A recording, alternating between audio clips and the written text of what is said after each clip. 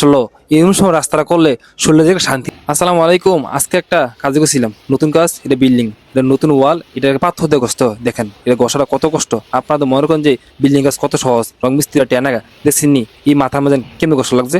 এই গসাটা অনেক কষ্ট, একদিনে গসাটা 3 দিনে কাজে কষ্ট।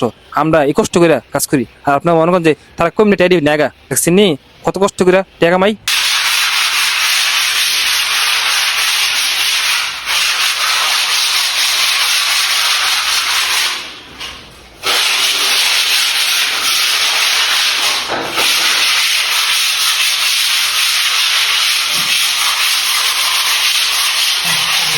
ভাই, কাজের শেষে দুপুরটা মধ্যে একটা ফেরে গিতা লাগে। আজকে মালিকে মারে নাস্তা নিয়েছে সিঙ্গারা আর সমোসা, আমি বইয়া মনের শান্তিতে খাইতাছি।